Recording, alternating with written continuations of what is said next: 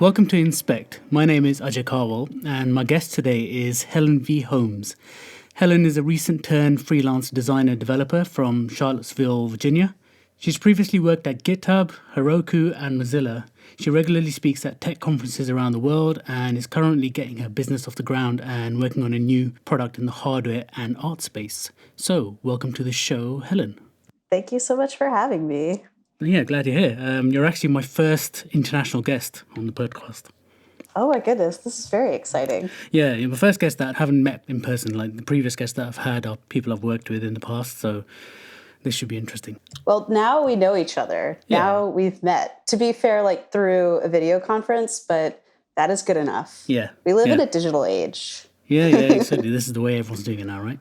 Yeah. All of my friends are from the internet. Good stuff. We're doing this over a video call, and I'm in the UK, you're in Virginia. It's around about 8:30 p.m. here. What sort of time is it where you are? It is 3:30 p.m. here, so it's a beautiful day outside, and I'm sitting inside doing work on a computer. Such is the life. Yeah, I mean, it's the complete opposite here. This is England, so of course it's raining. It's evening here, so everyone's winding down. But yeah, this is obviously time differences. This is what you have to do, eh? Yep. So in preparation for obviously our chat, I was having a look at your website and just doing a bit of research on your background and thinking of some questions to ask you. And I noticed that everywhere on the net you are Helen V. Holmes, but I couldn't find anywhere what the V stands for. So is that something that you'd like to share, or is it secret? So it's not a secret. The V stands for Victoria, which is my middle name, which is really boring.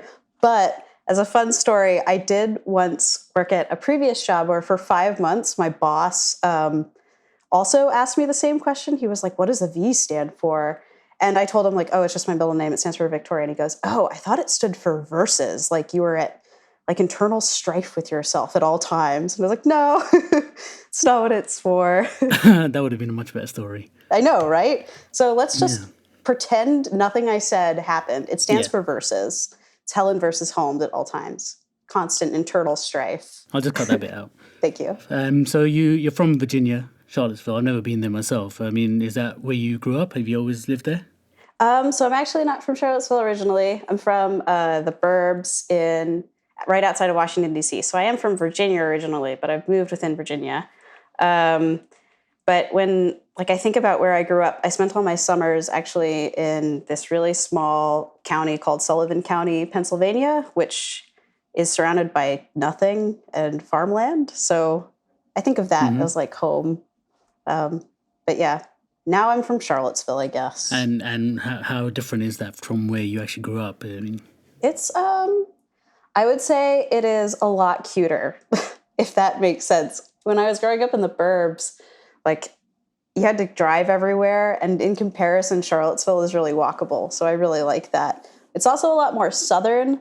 So Charlottesville is a university town. And so because of that, it is fairly liberal and progressive.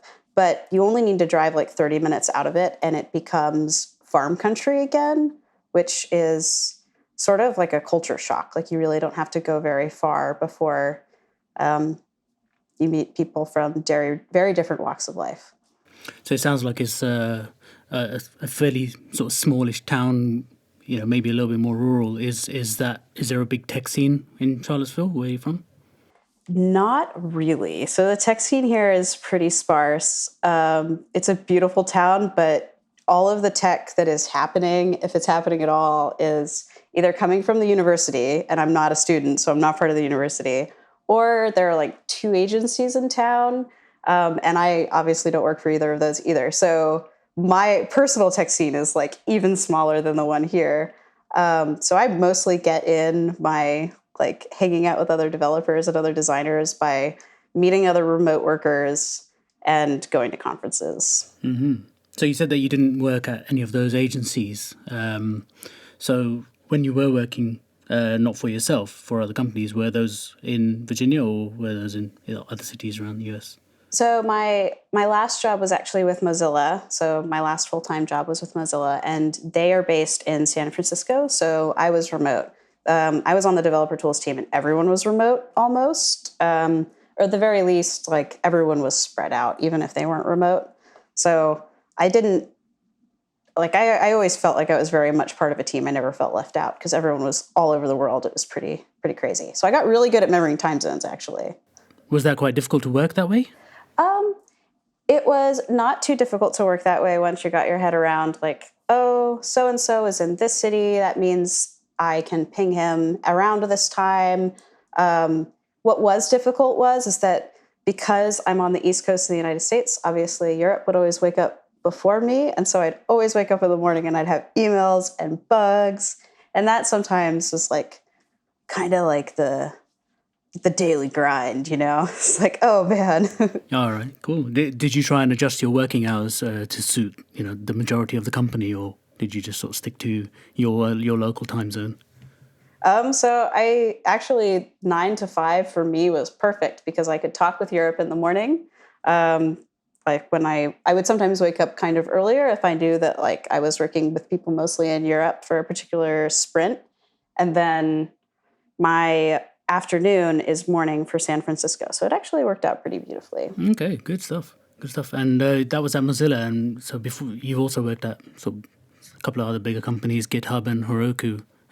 Were they before or? So I actually have never worked at either of those companies, but I've worked with them. So at the beginning of the year, I went freelance, and both of those places have been clients of mine, Right, I see. which has been pretty fun. All right. You were on the Dev Tools team at Mozilla, right? Because I remember the first time I actually sort of started hearing about the work you do is on the Tools Day podcast when you were a guest on there. Oh, yeah, with Una. Yeah, quite a while ago. And I remember I was hearing that and how you were working on Dev Tools, and I'm not a Mozilla user myself, but that episode did make me, spend a few days working in Firefox and just trying out the dev tools. Obviously, like most people, I use Chrome as well. Oh my goodness. Wow. I'm so flattered. Yeah, so what was it like working on that sort of project? Obviously designing the tools that people use to build their sites, basically, and work on their sites. It was really informative. I gotta say, the people who work on dev tools just have to be at the forefront of everything that's coming down the pipeline. And so that was really fun for me because previously when I was working as a web developer, you always kind of knew that something exciting was happening in CSS, but there was always like this, I can't use it yet. Like right now, the big thing is CSS Grid. It's like, can't use it yet. Whereas when you're working on dev tools, you have to build out the tooling for them. And so you actually, not only do you get to work with the newest technologies, you kind of have to because you have to be thinking about how am I going to build out tooling for people using these things. And so that was super exciting. The parts of the job that were really hard and sort of scary were that, like, if you kind of took a wrong misstep, there were a lot of people watching and a lot of people who would make sure you knew that they didn't like what you were doing. And that's just sort of like an open source, like, building products for building software, building anything. But there are a lot of people who use Firefox and a lot of people in the dev tools. So, are you still a Mozilla user, Firefox user now that you've left? oh, of course. I still use, well, I mean, obviously I use all of the browsers because, you've got to do cross-browser testing. And I actually now have like the weird habit of I use one browser for like personal browsing and another for work browsing, and then certain websites, so I'll spin up a different browser for it. I always have all the browsers open. It's either it's great or it's awful. I don't know. Yeah, well, the Firefox DevTools are brilliant, especially seeing as they've got some of the tools to work with CSS Grid. They've got some features like the grid overlay that Chrome haven't implemented yet, and obviously Internet Explorer are a little bit behind on. But yeah, it's really cool. I've been playing around with Grid recently as well, since it has been launched in all the browsers last month. And yeah, it's nice to work on that in Firefox DevTools as well because you can really see visually what's going on.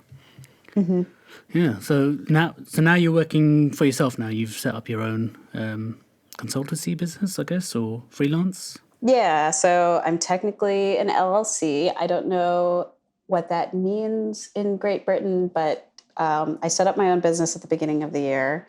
I'd wanted sort of a change of pace.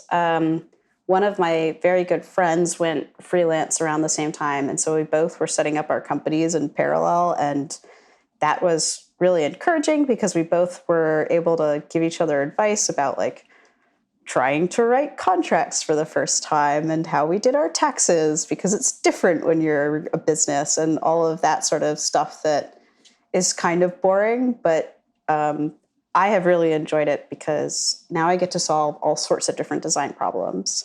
And I really like variety. So did you make that decision once you already had some clients in the pipeline, or was it a feet first, dump into the deep end and just see how it goes? It was very much feet first. And I gotta say, so I was setting it up so I was doing all of this like at the very beginning of the new year. And I'm sure that you know this, like right after the holidays, everyone's, kind of quiet. Everyone trickles back into work. And I, at this time, was like setting up my business and trying to pursue contracts. And, everyone's kind of like slow to answer emails during this time. And I was very nervous for a little bit. I was like, what if no one hires me? But once everyone was sort of back in office, it was not a problem. Had clients and was working by February. So it all went okay. But I was very nervous for a little bit. Yeah, that's one of the fears I've always had as well. Because like in between jobs, although I do work for another company now, in between jobs I have worked for myself, and I do some freelance work on the side as well. And I've always thought about whether I should put more effort into a freelance business and try and make that my sole income. But because of things like mortgage and family commitments and just life in general, it's just one of those fears that what happens if I don't have a client for a certain amount of time, and all of these bills start coming in, but the income's not coming in. Yeah. I gotta say, like, one of the best things I ever did was put like a ton of money away. I sort of knew that I wanted to do this eventually. And so I've been slowly accumulating like a really, really large saving fund just so that I could deal with problems like that one. Like, oh my goodness, what if I have a dry spell? So that's part of the way that I approached that problem. And then the other big thing that my family was really nervous about was like, Helen, what happens with your health insurance? Because this is a very American problem. But like lots of Americans get their insurance through their employers.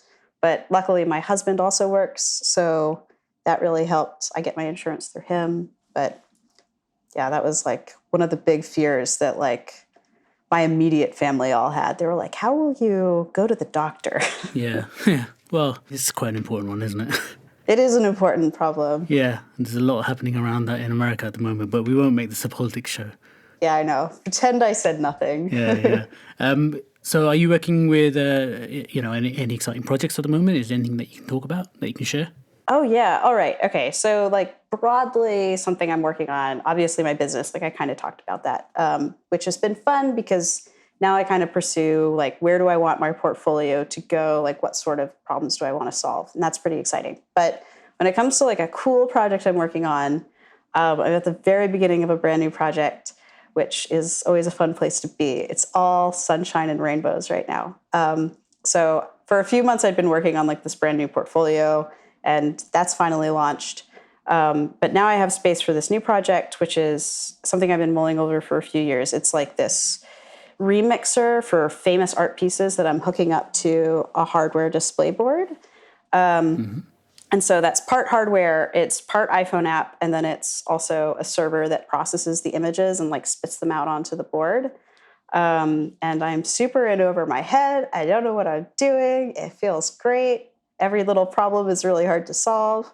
But I'm working on it with actually my husband, and his name is Brian, and it's really fun to work with someone who has really different strengths, and he does like all this like low level algorithms, like crunching big numbers, and I like really like fonts. So we're very different when it comes to like strengths and weaknesses. Yeah. And then I'm always kind of working on like various written pieces. I don't like to write about tech necessarily directly, but more the way tech and computers interact with like my own human experience. That sounds really wishy-washy, but that's always something I'm working on. I have like 10 drafts, like pretty much at any one time, and I just kind of see what sticks and turns into something. So So those are kind of the things I'm working on right now. Yeah, so this hardware, this art project, what sort of hardware are you using?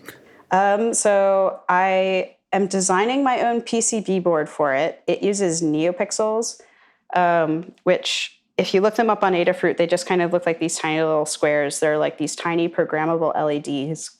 And so my idea is kind of to like set up, I don't know if you remember like light pin boards. Those were like a big thing in the 90s. Yeah, so it's kind of like the nerd programmer version of that, where like customizing all the lights and being able to like play with it on your phone. And I'm working on something like that right now. Okay, so are you kind of recreating art using lights? Basically, yeah. Okay, oh, that's cool. That is a good way of putting it. Yeah. So have you got any particular art pieces that you're using as your your test pieces? Yeah, I do actually have a few. I have been using Starry Night by Van Gogh. I did like a pixel representation of Mona Lisa, and I feel like I did one other, but I can share the links with you later because they're fun. Like those are literally just things that like I've done on my computer, but they were really fun to work on anyway. Yeah, that would be good if you could share links to obviously what you've done and even some of the hardware that you're using. Then I could put some of that in the show notes as well. All right. I mean, we're actually doing something, well, not similar, but at the job that I work at, we're experimenting with a lot of IoT hardware at the moment. So there's one of the guys is giving a talk on Friday about a device called Puck.js, which is it's like a Bluetooth button which you can program using JavaScript, and he's been working on something with that. Oh, very nice. So that should be interesting. But the plan is for everyone in the company to try and build something together and maybe integrate it with Alexa, because you can use some Alexa skills now on non-Amazon hardware. So that's kind of what's happening in the next couple of weeks where I work. Oh, that's super exciting. I've never actually worked at any hardware before like that, so it's something that's going to be completely new to a lot of us, actually. Yeah, that'll be super exciting. I love it. I think that sort of like the same joy that I had when I very first like got a website working and was like able to change things and make it look the way I wanted. That same sort of joy, I had it all over again for hardware. Like, and I made even like really simple stuff work, like make that little button on like the Arduino starter project light up. I was like, wow, this is cool. I need to do more of this. Yeah, I went to this local meetup near home, and there was a guy there called Ben Foxall. He's a JavaScript developer from Oxford in the UK, and he was using one of these Puck buttons, and he had connected it via a web server to some like internet connected fairy lights. So when he hits the button, the lights change color, and then he also wired them up to a WordPress blog. So he presses the button, it created a post on his WordPress blog, and then the lights were watching his RSS feed from that post, and then they changed color as well. So, it wasn't like a groundbreaking end result because the lights just changed color, but the fact that he was doing it all over a web server and through WordPress blog, it just shows you just like with a few lines of JavaScript what's actually possible. It's pretty amazing. Yeah. I did something like that similar. So like this project, like I said, I've been like thinking about it for a while, and I had none of the prerequisite skills in order to build it. So I've been doing like smaller projects to ramp up to it. And last year in October, one of the things I did was like I made an iPhone app that connected with very similar to what he had done with Puck. Like I had connected it to a NeoPixel ring, so that when someone tweeted at me, the NeoPixel ring would like light up.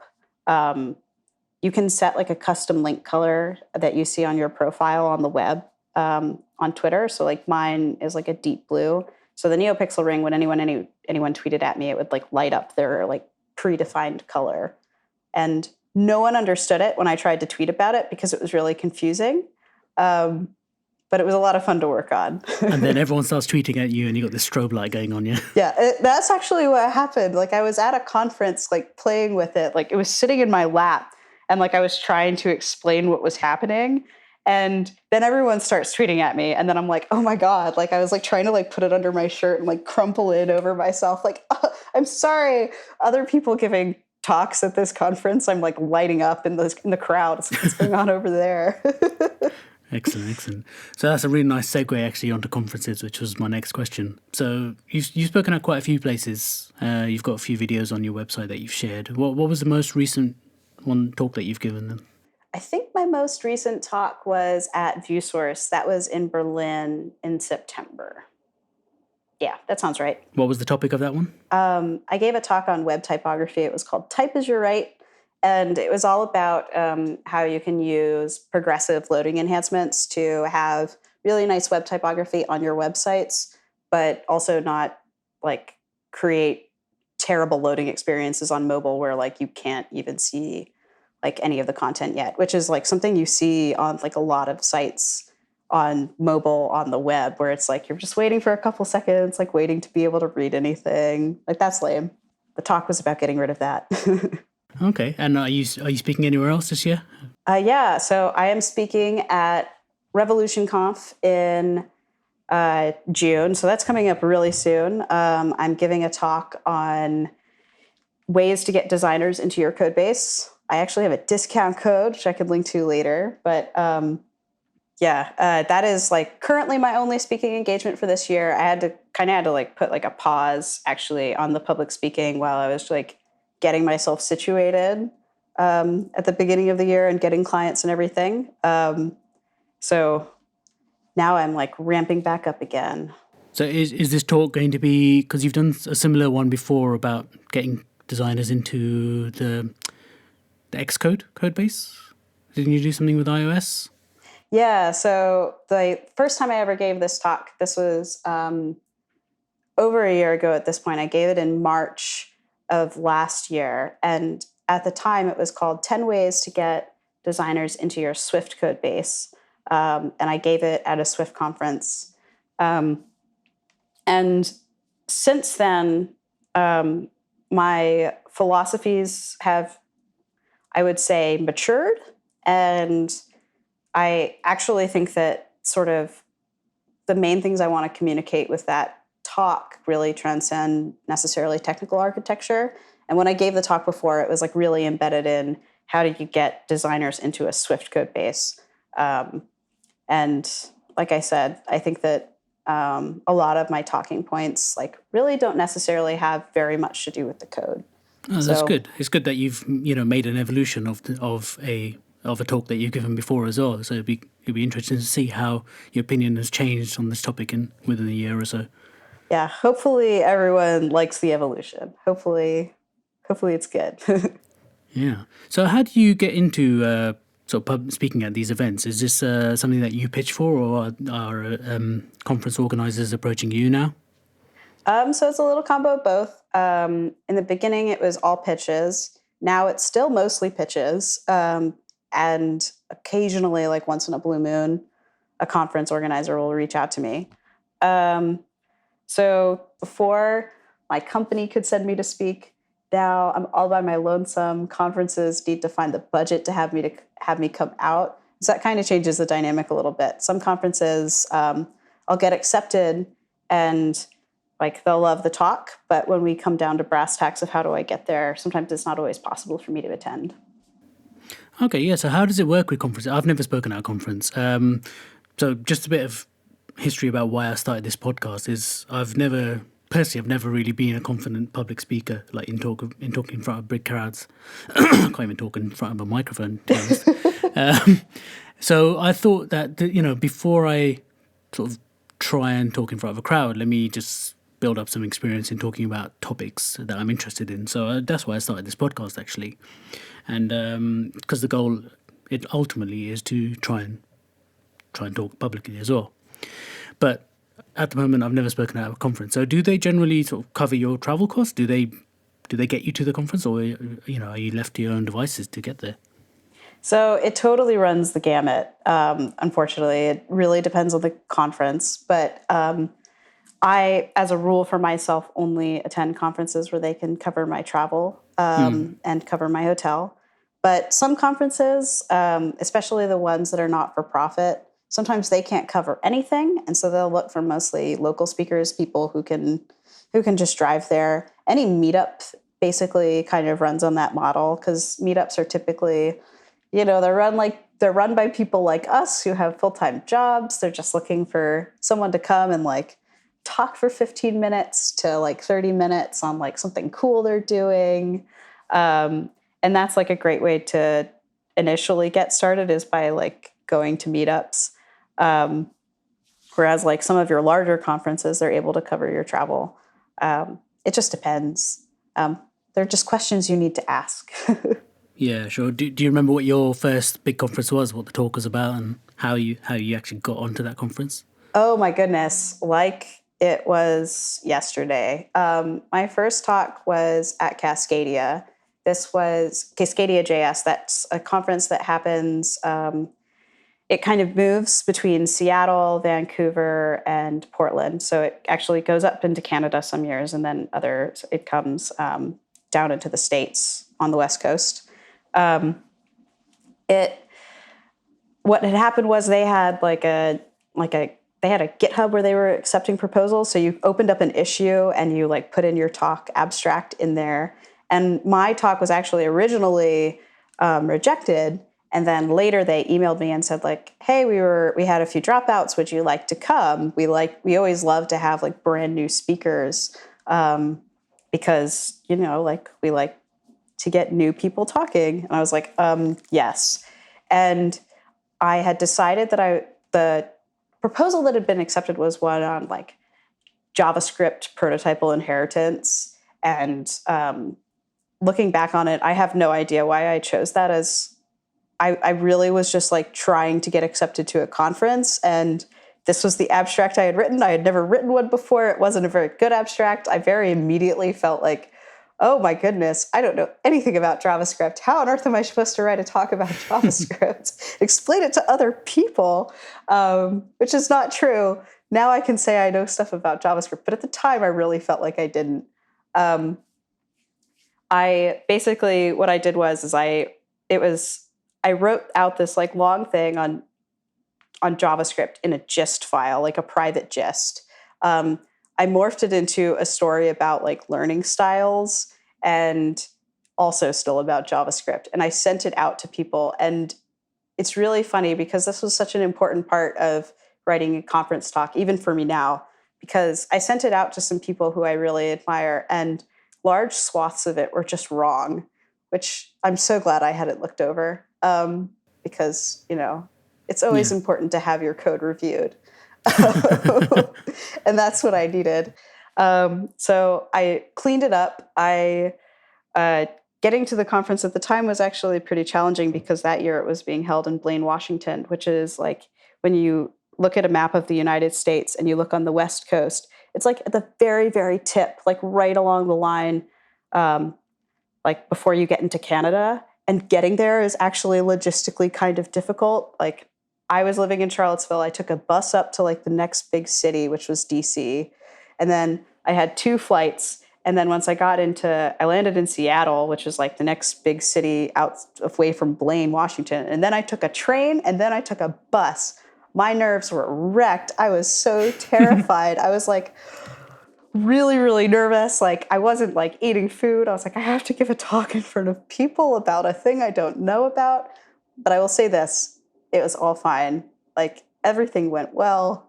I prepped. I managed to do everything. But yeah, my first talk was at Cascadia JS. Thank you, Cascadia JS organizers, on JavaScript prototypal inheritance.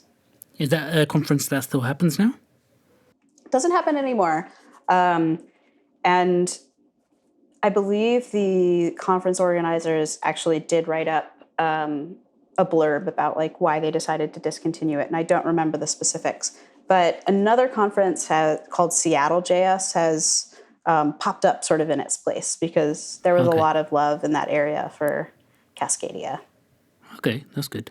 That's good. And how do you sort of come up with the talks for your conferences that you're speaking at? Are they determined by the conference? Are they looking for talks around certain topics, or is it almost a free for all? So what I do actually is so in the beginning, what I would do is I would look at conference websites and I'd look at sort of the things that they wanted, and I'd see if I could craft a proposal that like fit for what they were looking for. And more of what I do now is I come up with things. I ask myself two questions. I ask myself, what do I want to learn and what do I have to teach? And when thinking through those questions, I come up with things that I think I could give a 25-minute talk on and enjoy the process of creating and giving a 25-minute talk. And I create an abstract in essence. And then I go around and I try to look at conferences and I say, do I think this conference, do I think this talk would even fit in with this conference? And if it does, then I submit.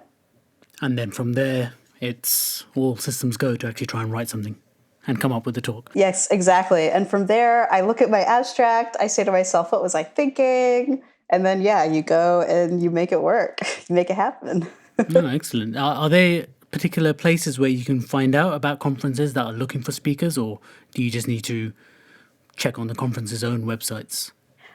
So there are two resources that I use a lot. There's a site called papercall.io, and they're all they do is it's just conferences, and they're called CFPs. They release their calls for papers on there.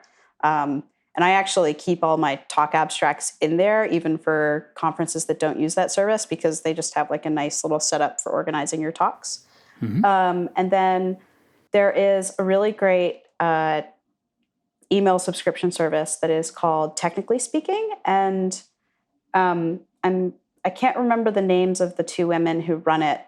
And I say that because I can only think of their Twitter handles, but I will find that information later.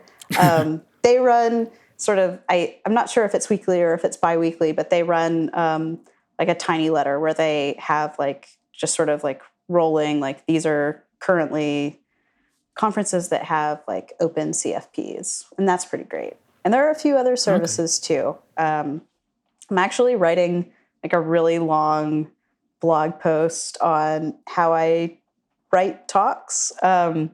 And so I actually have all of this information written down already. So I'll send that info along. Yeah. Do you think that'll be ready to publish anytime soon? Because I could put the link to that in the show notes as well. It'd be good to tie that in with this episode. Hopefully. I'm hoping to have it done and released on Friday. Say that. Fine. Those are famous last words. I think I can get that done by the end of the week. We'll see. But you will be the first to know, Ajay. That's perfect, because I try to release an episode on a Monday or a Tuesday usually. So if you get it done by this Friday, then that's perfect. All right. It's race against the clock. Yeah, pressure. No pressure.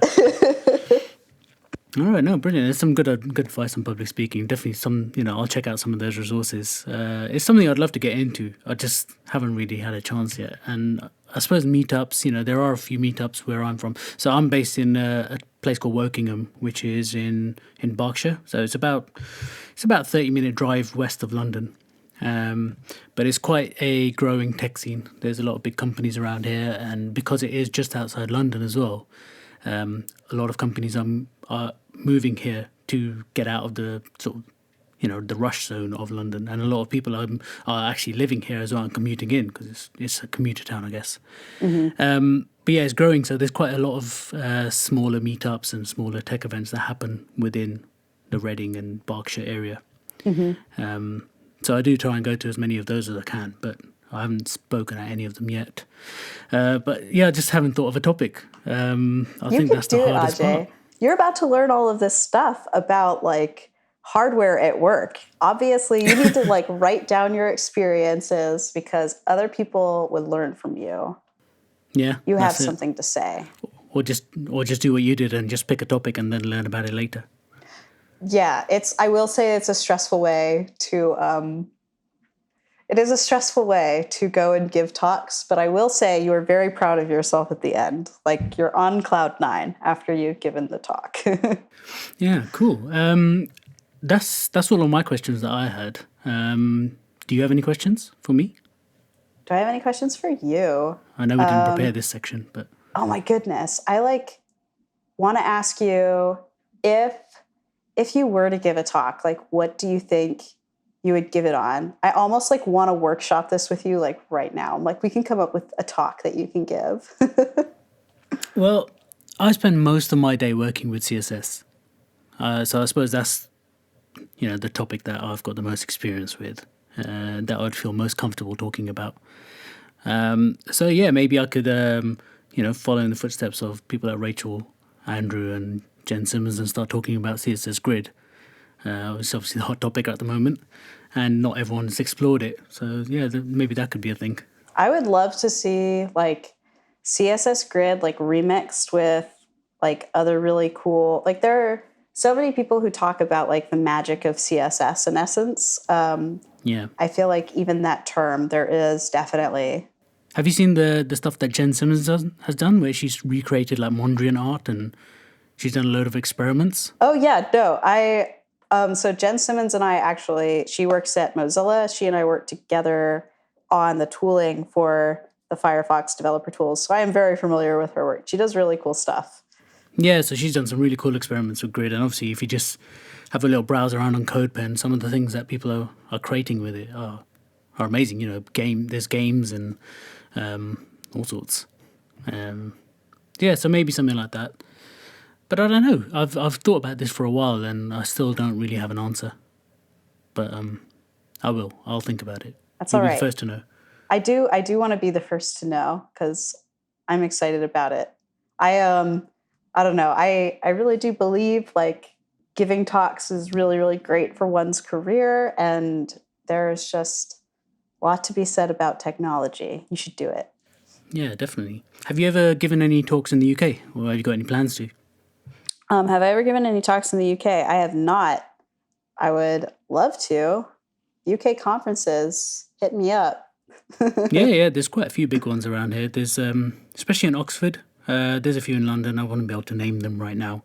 Probably not as many as I would hope they are.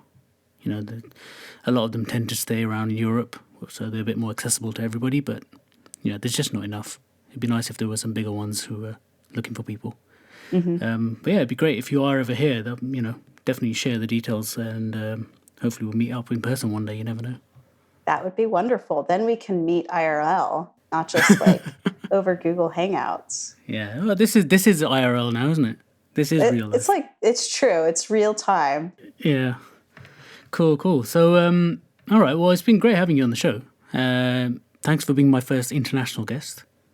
Well, thank you for having me. And thank you for having me be part of your evening. Like, it's 8:30 there. I really appreciate it. It's like dinner time. Yeah. So, if people want to find out a bit more about you, where can they find you? Anything you want to plug? All right, my plugs. So on Twitter, I am at Helen V. Holmes. That is Helen spelled with an H and only one L, a V as in versus, Holmes as in Sherlock. That's a UK shout out right there. My website is also helenvholmes.com. My pinned tweet right now is something I wrote recently, which is called "Critique is Terrifying," which I started like a part-time job as a hobby, and I wrote about it in terms of like receiving critique through design critiques and through code reviews, and just like how you get better and how like you learn what kinds of critique to take and what you don't. So those are my plugs. Yeah, brilliant. And all those links and everything will be in the show notes as well. But I'm sure you can just Google Helen V. Holmes. Make sure you put the V in there because that's how she's known. And Helen Holmes apparently doesn't get you the right result. I've tried. No, Helen Holmes is like a silent film actress from the early 1800s. Don't do it. She's not me. Definitely not the right person. She's cool too, but not me. That's why the V is in there, just to differentiate. That's why the V is there. Yeah. That's literally the reason. All right, wicked. It's been really good talking to you, and thank you again, for being on the show, and hopefully speak to you again soon in the future. Yeah, thank you so much. All right, have a good rest of the week, and get that blog post written by Friday. I will. All right. All right. You have a great rest of the week too. Bye-bye. Bye-bye.